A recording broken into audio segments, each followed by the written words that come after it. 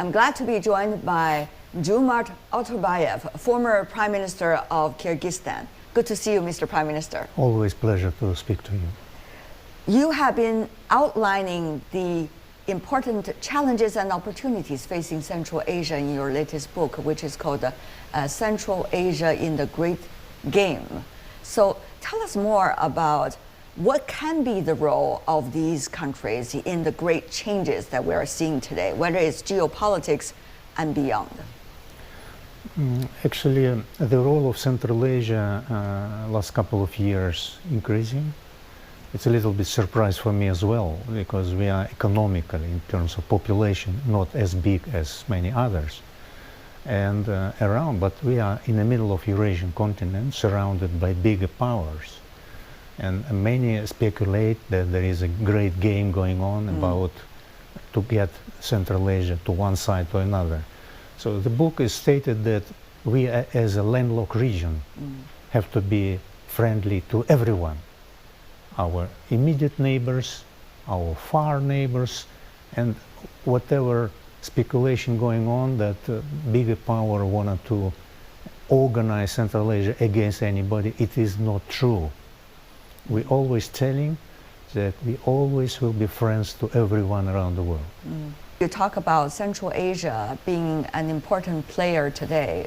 This has a lot to do with the sanctions that the West has on Russia, for example, and the geographical location of Central Asia. Meanwhile, the Belt and Road Initiative has been counting on Central Asia to be an important corridor. The so-called Middle Corridor, of course, came into being. But at this point, how do you see these two things, very different in nature, are impacting what you describe? Now we are observing process of deglobalization. What does it mean? That some countries, some jurisdictions erecting barriers against free trade, for instance. And I claim that sanction is recognition of defeat. Those jurisdictions cannot compete on free market. So what they're doing, they're erecting the border and bringing situation to the worst case. Nowhere around in the world, no, if you look to the history, those who isolated themselves from civilizational development always were losing. If you look to the Roman Empire, whatever. So competition is the key. So in Central Asia, we believe that we will be competitive when we will be joining a drive of humanity to high quality development. Yeah? In that respect, we think that because we are post-Soviet state, we have high level of education. So our talents should work together with talents all around the world, including our neighbors. We're proud of China's success in modernization and high quality development. We have our talents should join overall drive of humanity to invent new things and to bring our world, small world, to the more harmonious kind of organization of our societies. The Middle Corridor, how well is it developing as a result of Russia-Ukraine conflict? First of all, I name this what's happening between railroad trade between China and Russia, or China and Europe, as Eurasian Rail Revolution. Last year, 17,000 fully loaded trains passed the trajectory. It means that 2 fully loaded trains per hour. Why? Because transportation between two centers of economic power, Europe and China, should be quicker. By sea, it took sometimes a few months. But if you're transporting semiconductors, electronics, you should not freeze your capital. Should do it quicker. And now, train between Chongqing and Duisburg in Germany reach destination in 10 days, quick through the Central Asia and Russia.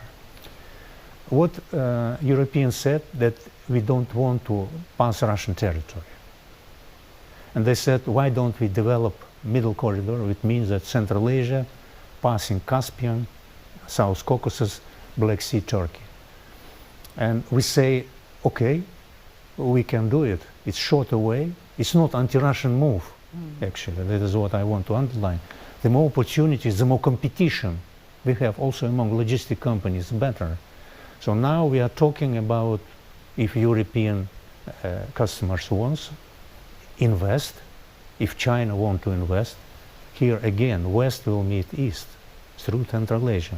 Now we have seen the US, for example, over the past few years, trying to work on their industrial policies. For example, Bipartisan Infrastructure Act, Chips and Science Act, and also IRA, with the name of security and economic development. But the question really is, how much should we look at just within our own border? How much should we look at our border with others? The question about the goals for collective actions on climate change, we have 2030, 2050, and 2060 goals. These goals need to be met. So how do you see these kinds of rise, what some can say, economic nationalism, vis-a-vis the prices that we might have to pay if we cannot meet the 2030, 2050, 2060 goals and agendas? I already told earlier that sanction is recognition of defeat. Right. It's not sanction, it's more tariffs, right? Yes, but it's sanctions. Tariffs is equivalent to sanctions. Why tariffs included? Because of artificial terms of overcapacity, the risking, decoupling, whatever. It's everybody understands that this is tricks. Yeah? So economy of certain countries not competitive anymore. So in order to protect so-called their own industries, they're introducing import duties, which is killing overall competitive space in those institutions, in those jurisdictions. In that respect, if you talk about climate change, who will benefit if consumers will not get enough electrical vehicles? Or more expensive solar panels, that would be big. They will not buy. No. They will buy less. Yeah? Much less. So, and also because of tremendous success in Chinese manufacturing and industries, prices of those elements drop dramatically. Dramatically. If those elements will be covering our planet, what do you think would happen? Is it right, solution for the planet or not? It's right, but somebody said, no, we will not have as much clean energy as planet require because of egoistic, nationalistic, or whatever reasons. But if you say yes by formulating sustainable goals, A, then you have to say B. Okay, we're gonna generate as much of worldwide energy as possible, but this is not happening because industrially strong countries doing it. Yeah. This is a sad story. But what about the Central Asian countries? How do you see you can be benefiting to increase your competitive power out of this China-US competition, rivalry thing, at least in the issue of green technologies? If you lose competitiveness, then there is no way. I mean, you will be a civilized partner of humanity.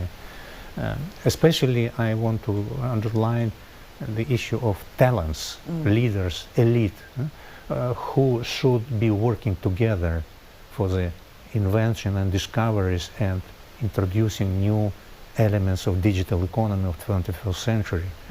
And that way, things would be much more friendly. We already work very efficiently with Chinese on solar, wind, yes, as well as electrical vehicles.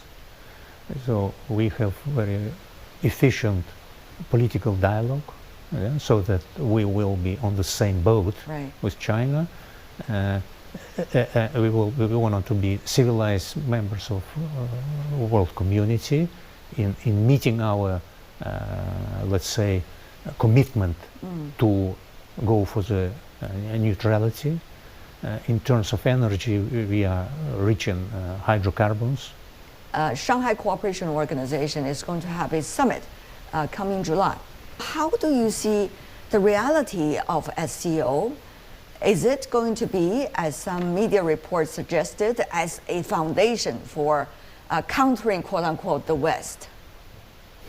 Yes, indeed. Shanghai Cooperation Organization in the beginning was built as a security organization which consisted Central Asian countries plus China plus Russia, and then gradually but continuously it became very big player on Eurasia.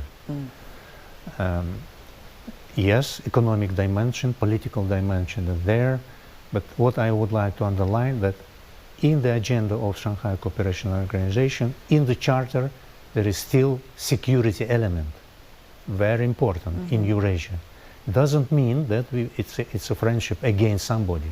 No, it's organizing network and how we will fight against two devils, three devils. Extremism. Yeah? Yes, this is our enemy. I remember years ago when the SCO is convening its yearly summit, you could see in the Western media talking about China and Russia competition within SCO. And now you also see talks about China and Russia together against the West. Meanwhile, you also see articles and the stories like China and Russia, even though they are working very closely with one another. So there are so many different versions. Mr. Prime Minister, you witnessed all the evolution over the past 20 to 30 years of politics and geopolitics in the region and beyond. So how would you describe? You talk about China-Russia.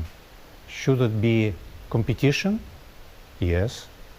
Healthy competition in different areas. But again, understanding that should be harmonious relationships, not against each other, but cooperation in many other areas, right? Complementarity. Because, for instance, to my mind, China and Russia have a lot of something to add to each other. One country is rich on natural resources, hydrocarbons. Another one requiring.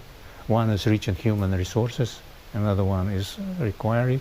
It should be win-win, finding the area where it could be cooperation, collaboration. And those unions, which exist already in different formats, they building trust. That is the key word. So Confucius said that if there is a lack of trust, all talks are meaningless. Yeah. Such a great pleasure talking to you, Mr. Prime Minister. That's my discussion with Djoomart Otorbaev, former Prime Minister of Kyrgyzstan.